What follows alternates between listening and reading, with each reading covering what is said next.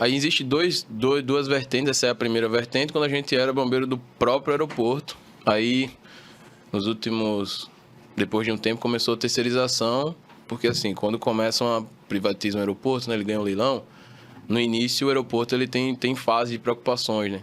Então o aeroporto ganhou ali, só que muita gente acha que o aeroporto ganha uma coisa e já começa a lucrar. Tipo, o aeroporto ele tem que cobrir obrigações do governo, que diz assim, você tem que fazer X de investimentos todos os anos. Sim. Então você tem que expandir essa pista, você tem que construir outra pista. Tipo, você ganhou, mas o governo já está tudo lá, o que você tem que fazer no mínimo em 15 anos. Então, eu fui até nas palestras de estrutura, de aeroporto e tal, e eles falavam que era entre 10 a 15 anos para o aeroporto começar a ter ali retorno hoje no Brasil. Caraca. Porque investimento, então... É muito alto, porque você tem ali entre 30 a 35 anos que você ganha ali o aeroporto, né, o leilão, e aí nesses primeiros 10 a 15 anos é muito investimento que o aeroporto tem que fazer, obviamente depois ele, se não valesse a pena, não tinha ninguém lá, ninguém né? participava. É óbvio, mas existem muitos investidores, muita gente ali que vai bancar tudo isso até esse período. Então a gente era bombeiro do aeroporto. Da empresa que ganhou o leilão. Isso, da empresa de lá do aeroporto de Brasília mesmo. Então assim, e a gente tinha um coordenador, seu Israel, que era um cara sensacional. Foi bombeiro de aeródromo, foi da Força Aérea, foi militar. Então ele estava na Infraero quando começou as privatizações. Sim. E ele foi daqui do Galeão, foi de Santos Dumont. Toda a vida dele foi de emergências aeronáuticas. Ele era o coordenador de emergência, como se fosse o comandante da parte da seção contra incêndio. Se fosse o comandante do quartel lá. Tudo que era de urgência e emergência do aeroporto era ele. Entendi. Então, ele era sensacional. Então, tudo que foi criado em Brasília foi criado através dele. Ele que fez. Por quê? Quando as empresas ganham o aeroporto, por exemplo, está lá o bombeiro militar. Eles já estão lá.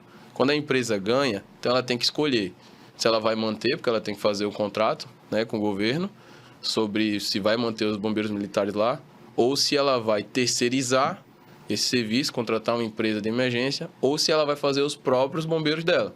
Tudo isso tem custos. Hoje a gente sabe, qualquer empresa tem que viver através de lucro. Sim. E ela vai ver o que é mais barato, né? Só que aí entra outras coisas, né? Isso daqui é mais barato, só que tem essas e essas e essas consequências. Sim. Isso daqui é mais caro, mas tem esse e esse benefício.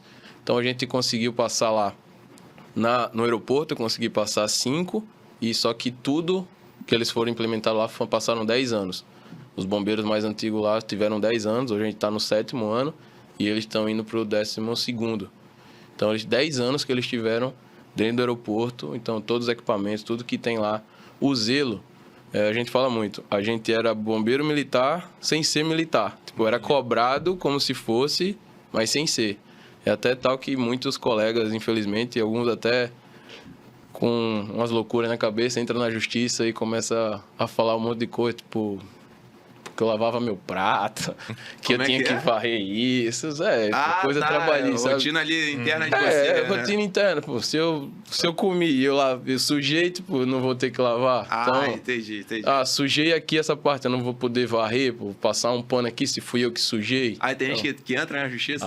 Tem muita coisa louca que é falado, e às vezes aí vai do entendimento do meritíssimo, né? Se ele acha que convém ou não. Então, às vezes os caras ganham. No mundo privado, né, cara, tu tem ali como é que se diz? As tuas obrigações muito bem definidas, né? Quando você contrata, né? Sim. A gente não, vai bombeiro, mas, pô, é um soldado bombeiro, né? Então tem aquelas obrigações de um soldado ali. Intrínseca da função, né? E tudo mais, entendeu? Então tem outra obrigação de ser bombeiro. Aí você não são bombeiros, aí o que fugia talvez da atividade fim, o cara ia reclamar. Porque, um exemplo, se o cara achou ruim porque ele foi mandado embora, um exemplo, assim, e tem todo o direito, né? Não se tira direito de ninguém. Se é direito, ele entrou lá, se quem julga deu direito é porque, de fato, ele o tem, né? Quem o juiz deu, então ok. Mas eu creio porque, assim, vem muito da educação de casa. Né? Eu fui criado muito... Meu avô era militar, então ele criou todas as minhas tias e minha mãe naquele militar, nordestino Ih, bravo. daquele jeito. Retado. Dá nem pra falar as coisas aqui que, que minha mãe e minhas tias passaram. Vai porque cair a live. Vai cair. Mas a educação que eu tive foi baseada nisso, no nordestino e no militarismo.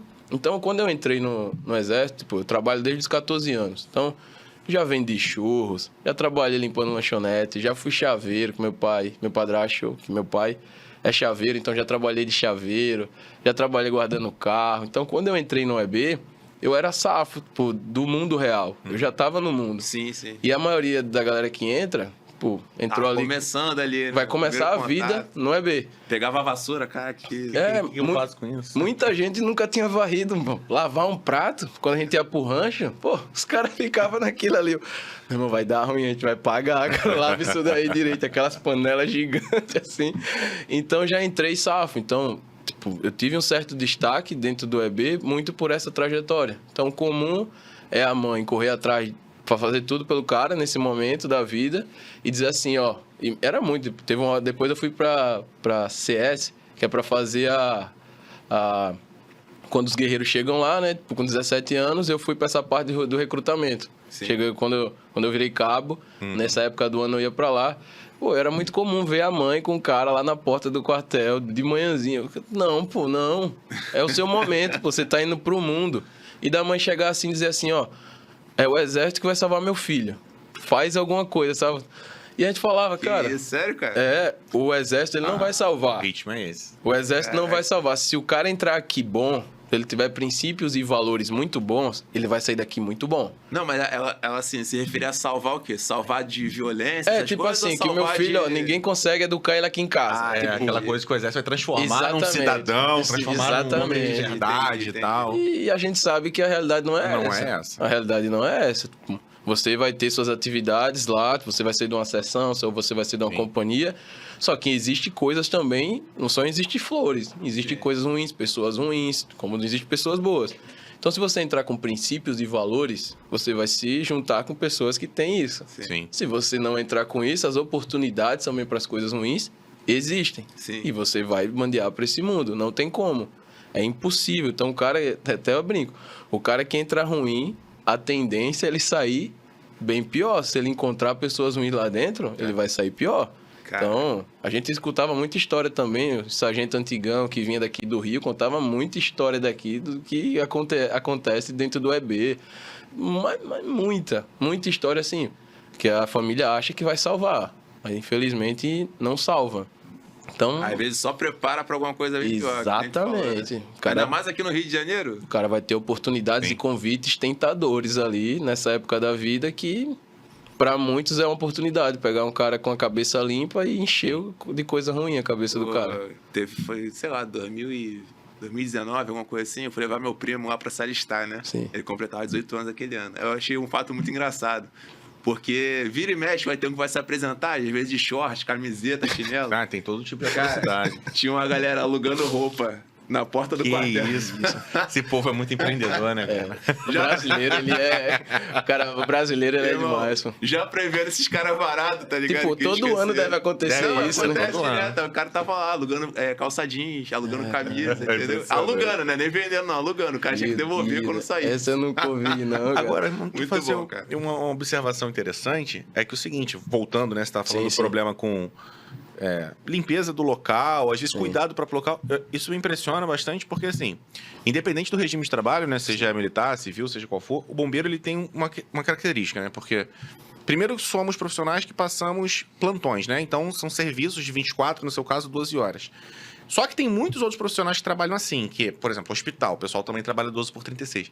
Só que a gente tem especificidade que a gente fica 12 ou 24 horas no mesmo local e só a gente. Sim. Não tem outra população flutuante que tá ali passando. Cara, se o cara não quer cuidar do lugar que ele fica, né? Enquanto ele tava passando, eu tava pensando nisso, cara, só fica a gente. Sim. Só fica a gente, não circula ninguém, é só ele que... Então, se tá limpando, eu tô limpando uma coisa que ou eu sujei, né? Ou a nossa equipe sujou. É a tua casa pra Exatamente, né? Exatamente, porque não tem outra pessoa frequentando ali, né? Mas você concorda que esse pensamento, isso que você construiu na sua cabeça vem baseado porque você é uma pessoa que tem princípios e valores. com certeza. Ué, não, tipo, Porque é óbvio, né? Tipo, é óbvio que eu sujei, eu vou limpar. A gente vive, pô, vamos trazer um cheirinho, vamos trazer um desinfetante pra gente passar aqui, pra gente ficar mais confortável, vamos trazer um ventilador, vamos bisurar aqui e tal, alguma coisa assim.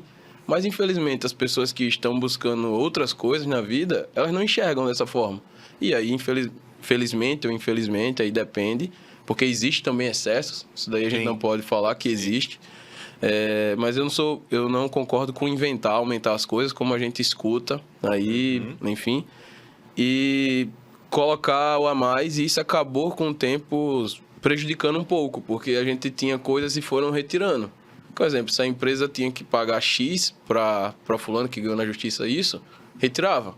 Exemplo, os caras falam que antigamente tinha a bandeira lá, tipo, e não tinha nem que achar a bandeira, nada, as bandeiras só estavam lá. E aí falaram que, ó, a gente tem que fazer isso. Tipo, tem que achar a bandeira, tem que guardar a bandeira, fazer isso. Teve uma época que tiraram a bandeira. Caramba. Teve que tirar, pra não ter mais, esse tipo, problema. Pra, tipo, outro não entrar e dizer que fazia isso também. Então, chegou uma hora que a gente... Não é que entrava em forma, tipo... Eu acho que isso daí não é questão do militarismo, é questão de organização. Sim. Ficava ali e tal, aí chegou uma hora também que retirou isso. Porque, um exemplo, se um ganha... A gente sabe que a justiça ganhou isso daqui, então os outros vão seguir de bases daqui, ó. Juiz tal, no dia tal, fez isso, ganhou isso daqui. Então é baseado nesse processo aqui, né? Nessa decisão até aqui. Porque senão vira jurisprudência, né? Exatamente. E aí... Tu vai entrar no processo, já que tem esse que ganhou. Exatamente. Também, E aí a empresa vai só... Foram tirando as coisas e com o tempo, e o seu Israel, ele conversava muito com a gente e ficava triste, né? Com o tempo ele foi ficando triste porque a gente foi deixando de fazer muitas coisas. Aí depois foi colocado empresa lá para fazer a limpeza geral. Então, assim, o bombeiro ele fazia o mínimo do mínimo em relação à limpeza. Tipo, é o seu prato, literalmente, ali, o lugar que você comeu, basicamente, e as viaturas. Pô, é o seu material, é a sua ferramenta, tipo, não é opcional. Tipo, lavar a viatura não é desvio de função, pô. É a sua ferramenta de trabalho.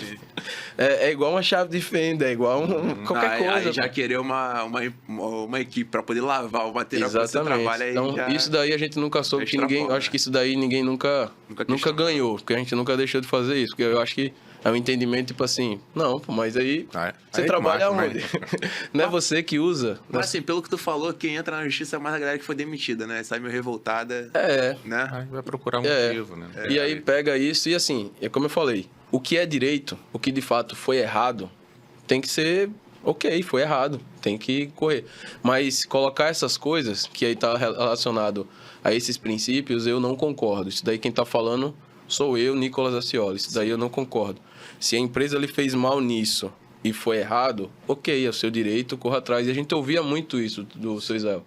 Se é direito seu, por exemplo, a gente ficava muito bitolado em, pô, não vou dar atestado, porque se dá atestado, vão querer tirar a gente daqui. Tipo, a gente tinha, tipo, questão de presença por setores, a gente era o que tinha menos faltas, assim, seja por atestado, chegar ao final do ano, tinha um balanço, que a gente se fechasse, disse, não vamos fazer isso não, para ninguém lembrar que a gente existe e tirar a gente, porque... Aqui quietinho. Porque a gente sabe que agir na prevenção custa às vezes muito caro, e as pessoas que não conseguem ter essa visão de prevenção não conseguem ver o quanto economizou. Sim. Né? Tipo assim, pô, mas pra que vou gastar com isso? Pô? Só pra vai ver quê? quando acontece. Exatamente. Pra que eu vou gastar com isso? É como se fosse custo, gastos desnecessários. E aí, a nossa profissão é uma profissão cara, né? Muito cara. Se você botar na ponta do lápis o que custa um equipamento, o que custa uma viatura, né? É aquela máxima.